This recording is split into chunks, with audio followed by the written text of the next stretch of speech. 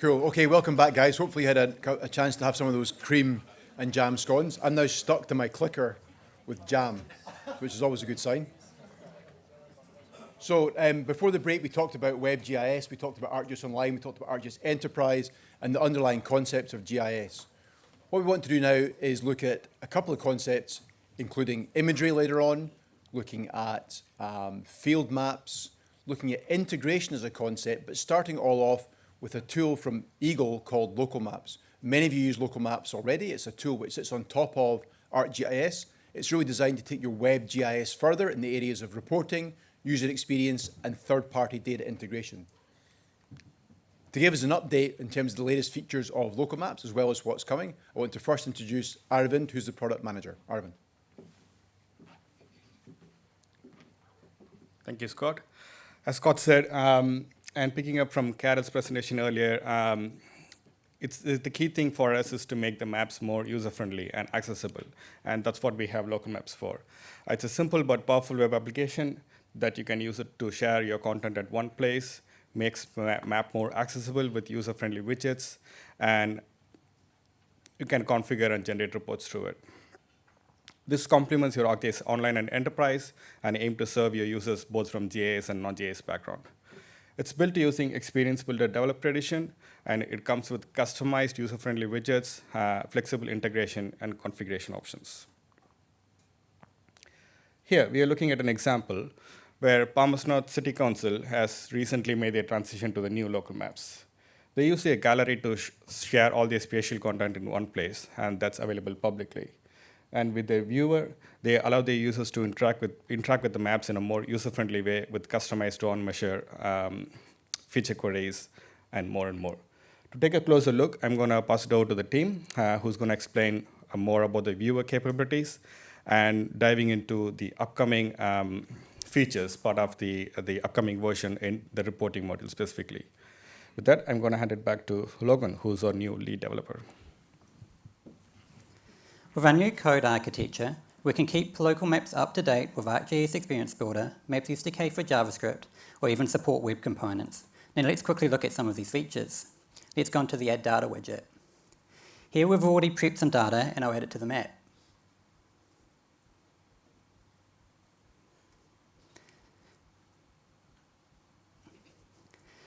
When it loads.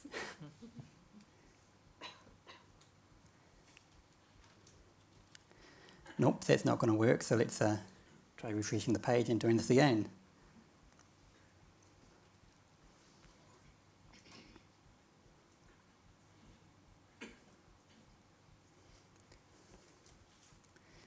Work this some. Here we go.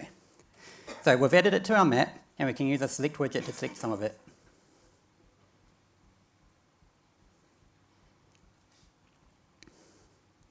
From here, this data has been loaded into the table widget.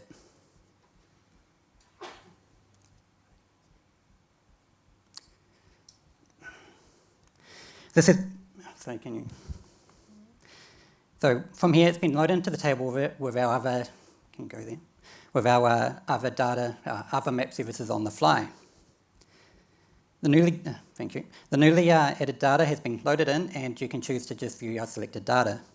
In Local Maps 3.2, the table column has been configured to be editable. So on this table, any column except for the global ID and the object ID, previous earlier, we can edit directly into the table column, which will apply to the underlying data source. So example, if we were to go here, without under-selecting anything, there we go, we can set this to medium. It's then possible to export these features as JSON, GeoJSON, and CSV. Thank you. Using your using URLs with unique feature identifiers, we can load the local maps viewer looking at the specific feature on the map. For example, let's put this one in I prepared earlier. Local Maps Viewer seamlessly integrates with your workflow, whether linking users to feature details or opening specific maps and features in the viewer. Thanks to that link, this property by the river has been selected for us automatically, and the feature details pop-up has appeared. At the top of this pop-up, there's also a link to generate custom reports for this property. If we scroll down, we can see two other sections, police stations and flood hazard areas. This data has been pulled in via connections with ArcGIS Server and ArcGIS Online. To do this, we've used a feature of local maps called data sources. Let's have a look at those next. In the local maps admin interface, we can add data sources directly via the user interface. At the top, we have data providers. These are a way of setting up our ArcGIS portal and server connections, as well as connections to our other databases. Data sources below are feature services from the data provider that have been configured and can be used within local maps. For example, here we have our two data sources for the police stations and the flood hazard areas. We also have other data sources here, such as this table from our external Postgres database containing tabular data about local emergency services. Another way we can use these data sources is with custom reports, and for that I'll pass over to Edward.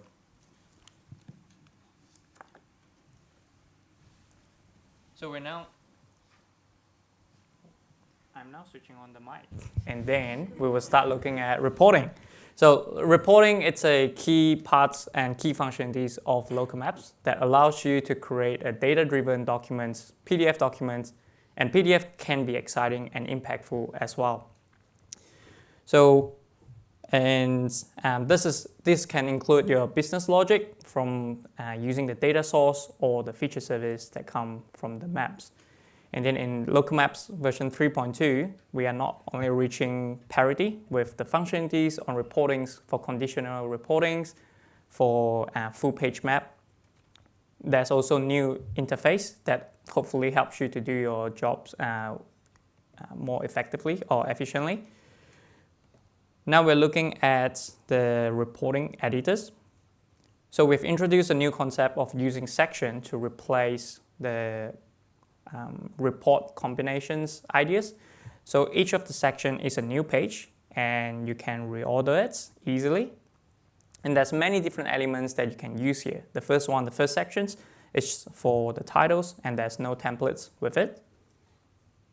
The second section, we are using rich text editors to put in all these rich text elements that have placeholder, whether it's text or when we actually generate the report, it will pull the attributes from the data source. The third one that we have here is a inline maps that come with a table. The tables could be a feature table or it could be connected, targeted to your database. And this is the emergency services that we are targeted here, and we will look at the reports later on. There's full page map. More full page map, you can have as many as you want. But what we added in the second one here is a conditional check. So it will only show when it's relevant. Now looking at the end results, you can see not only it's fancy looking, but it come up with the right titles, the right address, and the dates the report is generated. We can also configure the footer, headers, and now all the placeholder is not XXXX anymore. It's actually coming with the right property numbers and other attributes. The inline maps, now it just selected and highlighted the property, the right property, and it's showing you all the emergency service informations. Next, our full page map, you can see it's targeting to the same property, but it's showing you the hazard areas. This is using the custom print templates and the layouts that you can configure in the admin panel as well. Next one is our second conditional reports, and it's showing you the tsunami evacuation zones on the same properties. To tell us more about which directions or what's the next step Local Maps is taking, I'll pass it back to Aravind. Thanks, Edward. So hope that gave a good idea of what's already there and what's coming up in the next version. And we encourage our current users to make their transition to the new version, and we are happy to help with the transition as well. And we'd like to hear from your ideas. One thing we are looking to work next is how can we better connect it with your systems that you use internally on your day-to-day basis. It could be TechOne, Civica, or Pathway, or your SharePoint. So if you have any ideas or use cases for this integration, come and have a chat to us, and we are happy to work with you. With that, I'm handing back to you, Scott. Sure.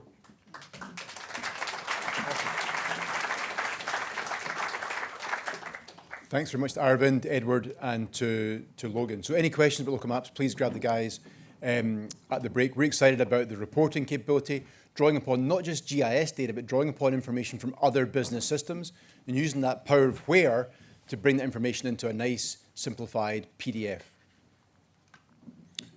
So as we said, integration is a really key part of GIS. That's often what it's all about, bringing information together and using that location to connect otherwise disparate data sources. Integration in terms of GIS means many different things, and one of those, as we saw just now, is those systems. Some of those system connections come from ESRI themselves, and they work closely with other technology partners to make sure that those integrations happen out of the box. Two that we want to focus on in the next little section are Autodesk and Microsoft, where ESRI has been working closely with them to make sure there's a number of ways those technologies can work seamlessly with the tools you use today. To tell us more about that, I'm going to pass across to Carol. No. Carol, that's Carol's surprised face. Mia. We've only done this 4 times. Mia, take it away. So one example we have of integration is Autodesk, where not only does ESRI provide plugins to bring ArcGIS content into AutoCAD, but ArcGIS GeoBIM brings content together from both ArcGIS and ACC or BIM 360, and then places your project information on a map in a seamless web-based experience. ESRI and Microsoft have been working in partnership for over 20 years to provide geospatial capabilities, and with ArcGIS for Microsoft 365, users can bring interactive mapping, visualization, and analytics tools into some of your most used Microsoft products. To start, I'll show you how some of the new updates that we can see in ArcGIS for Teams. Especially for those of us collaborating with colleagues across the country, ArcGIS for Teams can make this even easier. In this case, my colleagues and I are planning a way to add new survey boundaries for our field workers. After selecting the Sketch and Annotate option for my map and sharing it with my call, my teammates and I can add annotations together in the form of points, lines, polygons, or text. In the new update, you can now batch select and delete annotations of the same feature type, all the while having the edits saved automatically to your web map. On the right-hand side here, you can also see the use of the ArcGIS plugin from Microsoft Copilot that can help you access maps and apps within Teams, now utilizing AI. Next, I'll show you some more ways you can utilize ArcGIS for Microsoft 365 in your workflows, starting with Excel. So here you can see I've added my ArcGIS data, both to my map here in ArcGIS for Excel, and also my Excel sheet. In the new November update, we can now add features just by editing the attribute table here in the Excel sheet without having to go into ArcGIS. You can see I've changed the attribute table and it immediately adds the feature to ArcGIS layer pop-up. Here I can now add in my coordinates and save. And immediately we'll see that pop up on our map. We can edit this attribute information and save this and sync it to our ArcGIS layer. Now that I've added some new data to my Excel sheet, I'm also going to configure my symbology, which now in the new update, we can add uploaded symbols so you can find images and add them from your device. Now I'm going to present my data using ArcGIS for Power BI. So some of those surveys we just saw haven't quite made it to ArcGIS Online yet. But with the ArcGIS for Power BI update, we can now add in data using coordinates. I'll do this by dragging in my X and Y coordinates. And we'll see it automatically populates into my map.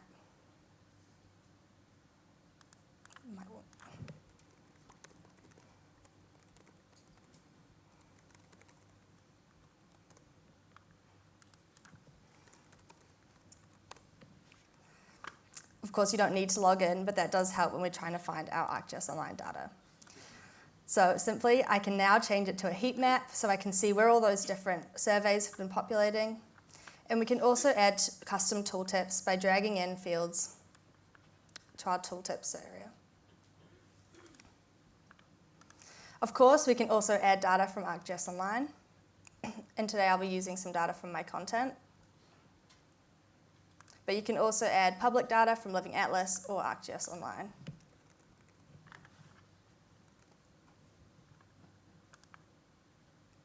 I am logged in, and I will be using my Canterbury Pipelines data. Please.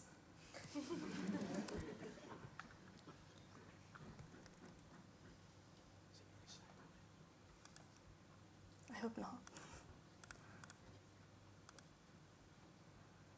Might be able to add it on this layer.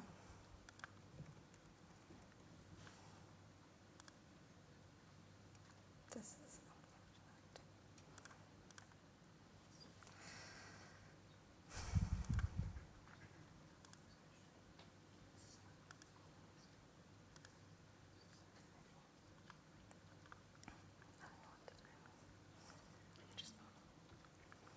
So if I was able to add in my ArcGIS Online data right now, we can also use the analysis tools to join our layers.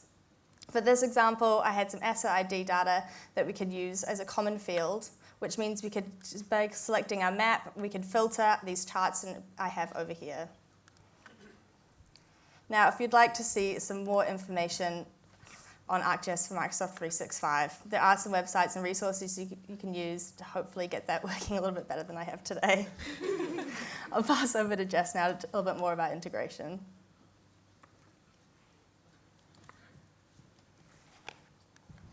All right, so as Mia has just talked about, ArcGIS can integrate with systems like Microsoft, but we can also integrate with some of the mainstream cloud service providers. So we can easily create a cloud connection using a .acs file or stack to access imagery stored in Azure blob storage or ESRI bucket, or any other stack-compatible storage. And this allows us to explore lens imagery from recent captures all the way back to historical archives. And from there, we can run GeoAI tasks directly on that data using AI models within Pro. Whether you're using desktop with ArcGIS Pro or data pipelines on the web, ArcGIS can now seamlessly pull in data from Microsoft OneLake or cloud data warehouses. For instance, Snowflake is a very popular choice. And this connection allows you to use enterprise-scale data sets as key ingredients in your spatial analysis. And it just opens the door to more powerful data-driven insights without needing to move or duplicate your data. Scale and performance are oftentimes the biggest challenges when working with enterprise-scale data. ArcGIS GeoAnalytics Server lets you process massive data sets on your own infrastructure. While GeoAnalytics Engine brings advanced spatial capabilities directly to your cloud data, it runs on platforms like Azure Databricks within your configured workspace and cluster. So when you deploy this, you start by configuring your Spark environment, choosing your cloud data repository, performing your analysis, and then you write those results to your cloud data store. Microsoft Fabric is an end-to-end unified analytics platform that integrates various data and analytic tools. We've seen previously how the ArcGIS Map Viewer can be used within Excel and Power BI for data visualization. And ArcGIS GeoAnalytic Engine is now tightly integrated and made available within Fabric. So one of the key benefits of ArcGIS for Microsoft Fabric is that it helps you integrate your enterprise IT and location intelligence systems. ArcGIS for Microsoft Fabric is just a continuation of ESRI support for Microsoft. It delivers spatial visualization, analysis, and insight through seamless experiences within Microsoft Fabric workloads powered by ArcGIS. ArcGIS capabilities are surfaced in Microsoft Fabric through a few key Fabric workloads. One link in Microsoft Fabric acts as a unified storage layer, making data easily accessible across all Fabric experiences, from data engineering to real-time intelligence. This is a centralized data set that can be seamlessly shared back into ArcGIS, which enables advanced spatial analysis and visualization. So available today, ArcGIS for Power BI adds a new layer of depth to analysis within those Power BI reports. It enables users to leverage location to explore sales, customers, or other key enterprise data sets in their spatial context. In public preview, there's also the offering for spatial analytics for users of Fabric's data engineering and data science workloads, and this can be enabled through your Microsoft account. But in the future, a full-fledged interactive mapping component is also planned for Fabric. This will deliver a really immersive experience for integrating enterprise data and performing spatial exploration to quickly gain insight. Thank you.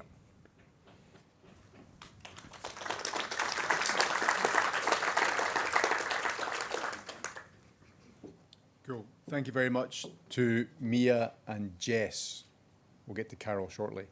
Hey, and well done, Mia, on the demo and persevering with that. I think your computer got confused because I introduced you wrong. That's the problem. So I'll take the blame for that. So hopefully you saw there, even if you didn't get a live demo of it, the fact you're using Microsoft Power BI, when Mia was connecting in there, that was then opening up all of our ArcGIS Online content and bringing that through into Microsoft. So quick show of hands. Hands up if you use Microsoft technology right now. And I don't just mean Windows, I mean the Office 365 tools. Okay, so that's about 78.3% approximately. Okay. Can I ask for a second show of hands, those of you who know of or are using Microsoft Fabric before today? Okay, cool. So Microsoft Fabric, you're going to see it come more and more to the fore, and it's a really good opportunity to include your GIS data sets and your skills and show off to your colleagues with your fancy maps inside of a Fabric tool, which maybe they would be using. So moving from kind of the one end of the spectrum where people we're geo-enabling standard tools with GIS data like Excel and Power BI, to the other end of the spectrum, I want to talk now about ArcGIS Pro. So ArcGIS Pro is definitely aimed at GIS professionals, people like yourselves in this room, and we'd like to claim it as the most powerful GIS desktop in the universe. One of the challenges of it being the most powerful desktop tool in the universe is that there's lots of functionality in there, and sometimes finding that right geoprocessing tool or that data set can be challenging, a little bit flying the Starship Enterprise. So a lot of work has gone into making it much more usable. To give us some updates in terms of ArcGIS Pro, I want to pass across to Jess. All right, so as Scott mentioned, lots of new capabilities with ArcGIS Pro that came out this year with 3.4. But we're actually going to give you a little bit of a sneak peek into some soon-to-come capabilities as well. So in the upcoming release of ArcGIS Pro 3.5, I can use this beta AI assistant to create a query layer, connect to my SQL database, choose my layers of interest, then ask the AI assistant, please find the soil types of the soil polygons at least partially within my land titles layer. And then I can have a query written for me in seconds. This I can directly add to my map. And then if I were to quickly symbolize this, I can see all those different soil types that it brought in for me. But let's say now that I have all my layers, including maybe some raster layers like erosion rates or perhaps the ESRI terrain slope layer. There are a lot of tools in ArcGIS Pro that I could use. So going back to what's currently available, since the release of 3.4, instead of having to find the exact name of the tool I'm looking for, we have something called semantic search that can be enabled. And so now I can use my more casual language, such as stats on several rasters, and immediately have a new geoprocessing tool that was just released that allows me to summarize the values of multiple rasters within my land titles property. Semantic searching isn't just limited to geoprocessing tools either.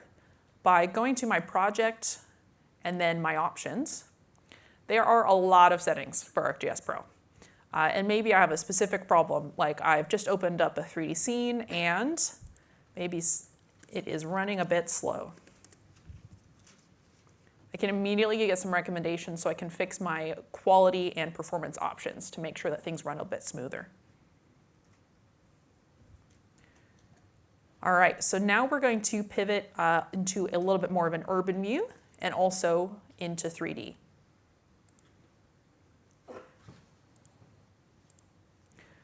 So since its release in 3.3, flood simulation allows us to quickly visualize and test out different what-if scenarios. Now in 3.4, we have the ability to add water areas to imitate water bodies like this lake. Now, if I were to step through the simulation, we can more accurately understand how rising water levels will affect our properties.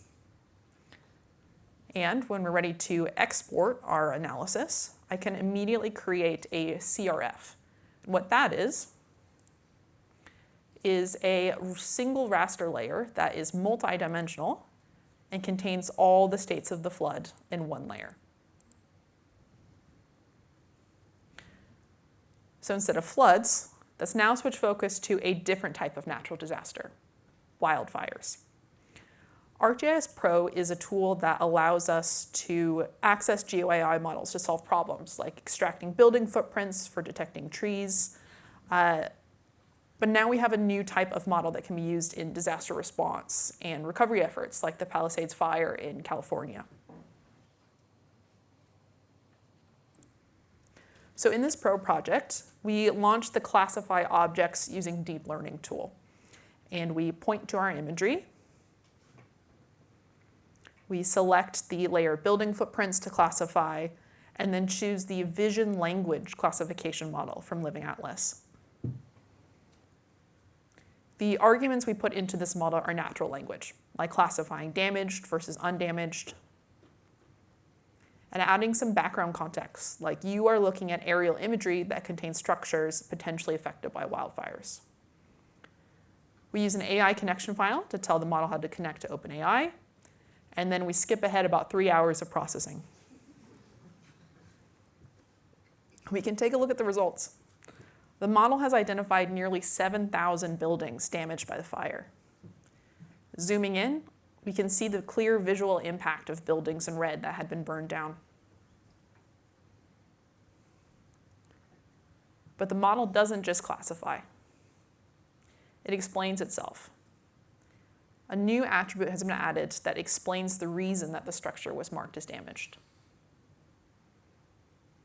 Now, what I've shown you here and throughout this demonstration is just the tip of the iceberg of all the capabilities that ArcGIS Pro has in store. We look forward to hearing how you make the most of this tool. Thank you.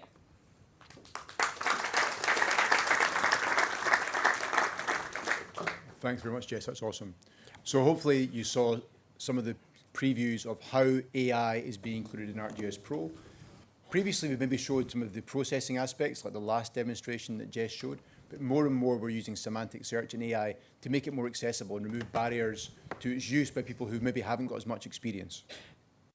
So ArcGIS Pro is a great tool if you're office-based and you've got all your comfortable chair, your coffee, and so on.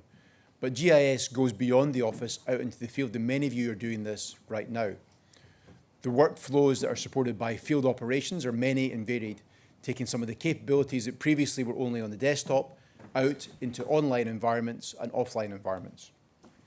The three applications which support this are Quick Capture, Field Maps, and Survey 123. And again, many of you are using these today. And over the last three events of this RUC series, we've heard some great stories about how they're being used in all kinds of different environments and workflows. Like the rest of the ArcGIS platform, these applications get many updates. And so we want to pass across to Carol this time. Is Carol truly this time? Yep. I do know my team. I just can't remember who's presenting what. To Carol, talk about field operations, including some sneak peeks about some functionality that's coming to a mobile phone near you soon. Carol. Thank you, Scott.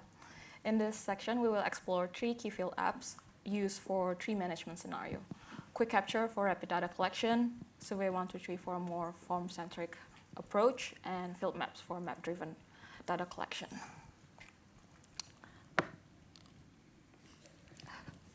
Okay, here I've built a quick capture app for new tree data collection using two types of user inputs.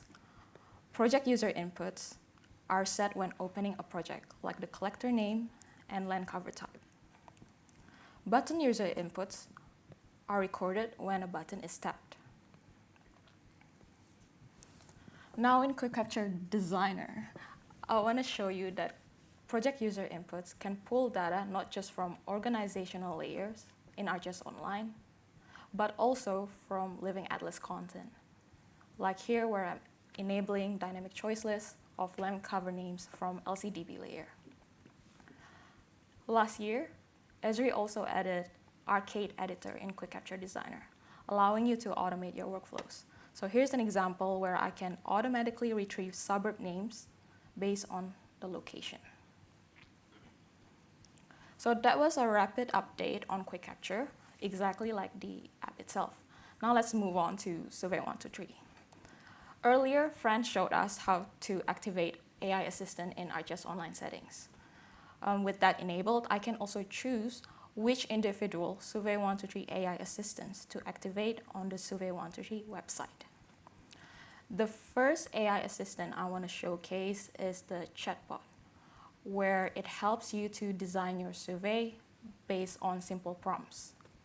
For example, here, when creating a tree maintenance request form, AI suggests relevant questions, which I can then further adjust before generating the final draft. Second, Survey 123 also integrates Microsoft AI Translator, expanding language support from 42 to over 100, including the language Te Reo Maori. This allows me to effortlessly translate all my survey content into New Zealand's community languages, improving its accessibility. There's also a new computer vision model in Survey 123 beta that allows you to extract information from photos. For example, here, my survey asks about tree health, structural issues, and much more. Instead of spending time manually filling these fields, I can simply upload a photo, which AI will analyze to generate some responses. While it processes for a few seconds, I'll show you the full photo of the damaged tree. Let's go back, give it more time, and there we go. AI has identified that the tree is uprooted with some structural issues that could be hazardous. Of course, these AI-generated responses can be reviewed and refined before submission. You may also notice that I'm making full use of my widescreen laptop now. This is thanks to the new Survey 123 feature that allows me to modify the width parameter of the web app by adjusting the URL. Next up, field maps. Let's explore the new tasking capabilities coming to field maps. This feature is currently in development, but it is expected to be released later this year, and you can actually test it now through the tech preview program. Here in the Field Maps Designer, I've enabled tasking on my existing layer, the tree layer. So let's see how it looks like in the mobile app.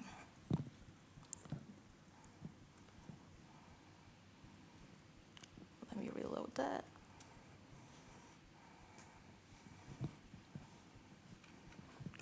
In this scenario, I've been assigned a routine tree inspection to assess tree health and stability. This feature was captured using the quick capture I showed earlier. Tapping Start updates the status to in progress and displays additional instructions. The buttons at the top, if you notice, they also dynamically change based on task status. These are called actions. For this task, an integration action opens a Survey 123 form. Imagine I've completed that form. I simply tap Finish. Now let's check some unassigned tasks. sorting by priority, we can see there's an emergency task likely triggered by a severe weather or an accident. Let's pick this assignment and begin working on it. As you can see, unlike routine inspection, this task includes critical actions such as notifying authorities. That wraps up our quick look at the latest field apps updates, including upcoming capabilities like the tasking in field maps. There are so much to share, but I would need a new whole session for that. So reach out if you'd like to learn more about tasking, how to join the tech preview program, or anything about field apps. Thank you. Awesome. Thank you very much, Carol. So as Carol said, lots coming in the field operations world, including that exciting area of tasking. And tasking, one thing to note there, apart from it's coming, is it's a great way to perhaps integrate with other work order management or asset systems, because it uses layers underneath it, which you can integrate with. So the next topic we want to look at is imagery and raster. So back in the day, I would argue that raster was probably not as cool as vector. It was kind of the poorer cousin of some of the cool things we had in the vector world. It's going back a few years, admittedly. But that's all changed. Raster, imagery, other raster-based data sources are really changing the way that we work with GIS, being driven by the availability of amazing imagery from above, from the side, from all kinds of sources, as well as the processing power to extract information from these when combined, for example, with deep learning models. So imagery and remote sensing is a very rapidly changing world. And to give us an update in terms of what it means for ArcGIS and its use, I'm going to pass across to Boudewijn and Shanrui. Thank you, Scott. Yeah, like Scott said, as in every year we say, as in the availability and the capability of imagery grows with the coming of drones and satellite imagery. And it keeps continuing. And with ArcGIS, you get a comprehensive imagery system that you can manage and analyze all of that imagery. So that can be from apps to fly your drones, to apps to visualize oriented imagery. And we want to show a couple of these capabilities. First, I want to ask in the room if any one of you has ever used one of the ESRI Explorer apps to look at Sentinel data or Landsat data. You have a few. Because these are great, because they show the data that is available in Living Atlas, but also the capabilities that you get with ArcGIS imagery. And to show some of the capabilities of these apps, some of them that are really new, I want to pass it on to Jean-Ray. Yeah, here's the ESRI Sentinel-2 Explorer. By selecting a date and choose your area interest and set the cloud cover filter, we can use the automatic swipe tool to visualize the vegetation index change in Banks Peninsula. This is very visual and clearly shows where the forest has been removed and where the replanting has occurred. We can also create animation from it too. Most importantly, the results of this analysis can be saved and shared through Map Viewer in ArcGIS Online and web applications for future exploration, instead of downloading the Sentinel-2 imagery and analyzing yourself. In addition, the Sentinel-1 Explorer uses Active Radar, which is introduced last year, allowing you to see through the cloud, providing variable insights in all weather conditions. Using the change detection tool, we can see the change in the water index around Napier, and by adjusting the scale bar, we can tell which area has been affected by the flooding before and during Cyclone Gabrielle, helping prioritize regions that may require more attention during the future weather events. Those powerful apps shows the capability of the imagery that allows you to use in ArcGIS Living Atlas. Those layers and tools are ready to go, so please go check them out. Yeah, so they're really cool. They show some of the capabilities for visualizing and analyzing straight in the web and then bringing it into your own maps and products. A capability that wasn't mentioned here is the ArcGIS Reality capability. And basically what that means is creating 2D and 3D products from your own imagery that you fly with drones, planes, or even use imagery from satellites.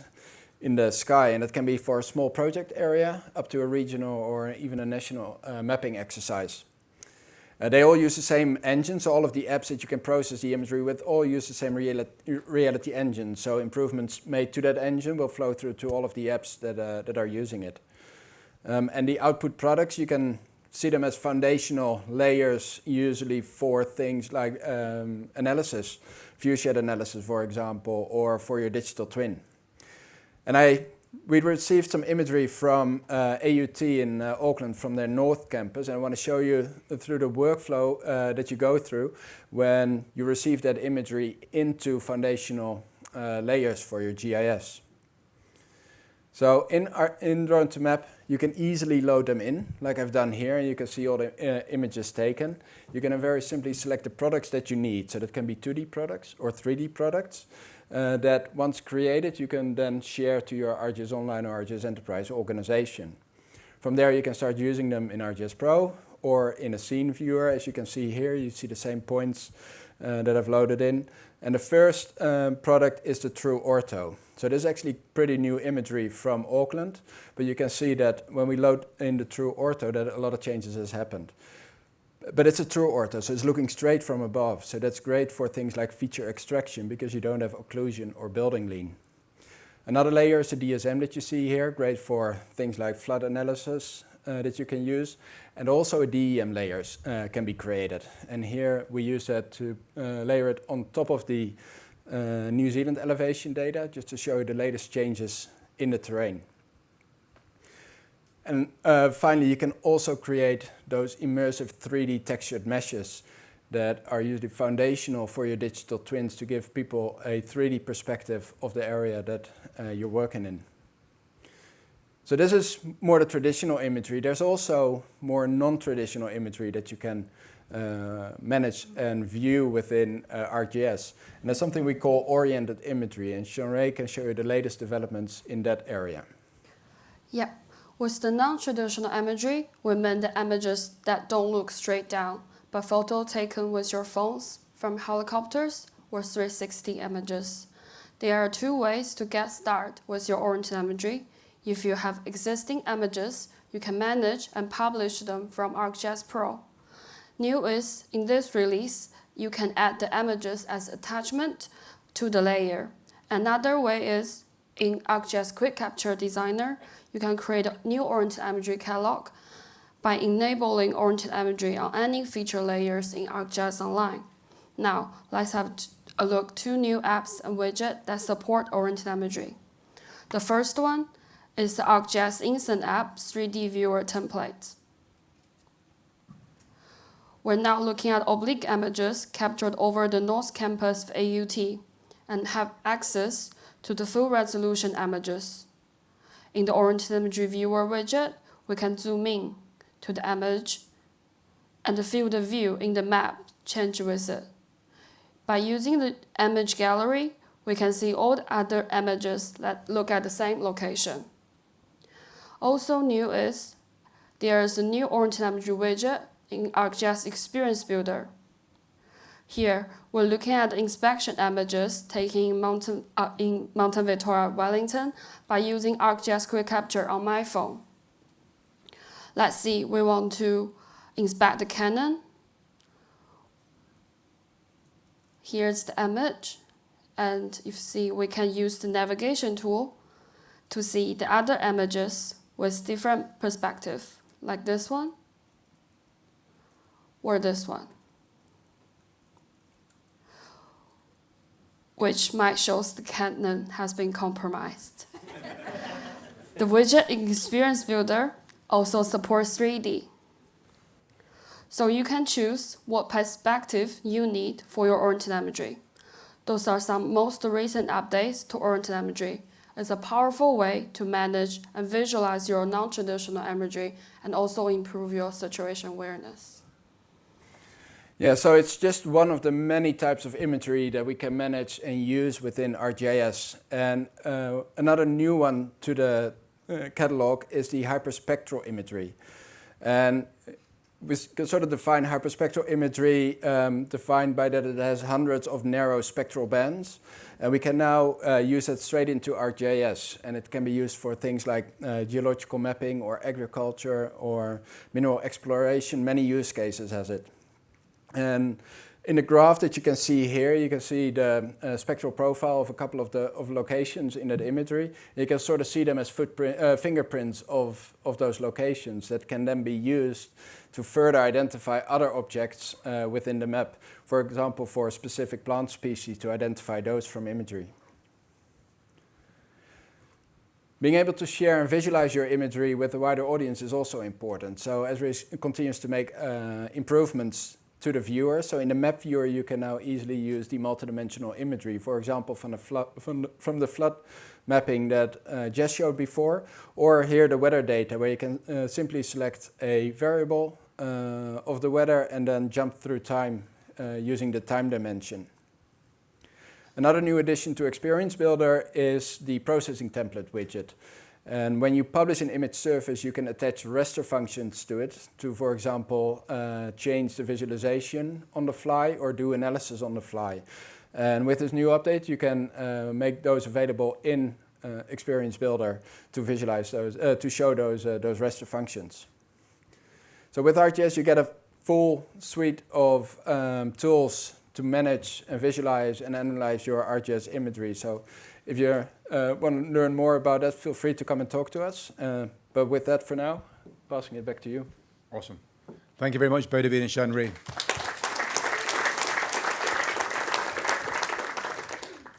Cool. So that concludes our technology update. It was a lot of information to try and fit into 90 minutes, which I think we've almost done with a late start. We do have two other technology updates provided by ourselves and by ESRI later on. We've got a deep dive into AI with Edward. Hold on tight for that one.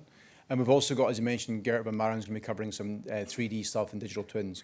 For now, we're excited about what technology is doing in the future. We're more excited, and this is genuine, about what you do with it in your real world jobs. Thank you very much.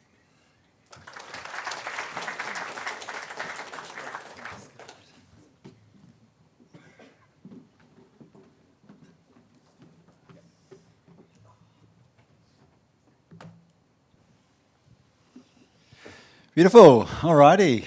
Thank you so much, Eagle, and making PDF sexy. I know you just made a portion of the audience very happy with that. So from here, we're going to hear from some of our supporters of this event. And first up, we've got Write Limited. So Felicity from Write is going to tell us a bit about how their human-centered writing can help clarify and give us connection in every communication, whether it's a short email or a hefty report. And the context for this is, as New Zealand ESRI user group, the committee, we're always looking for ways to find things that are meaningful for our membership, ways that you can engage. So this is one of those. And yeah, we had Write come on board earlier this year. So I'll let Felicity tell us a bit more about the offering, and then I'll close up.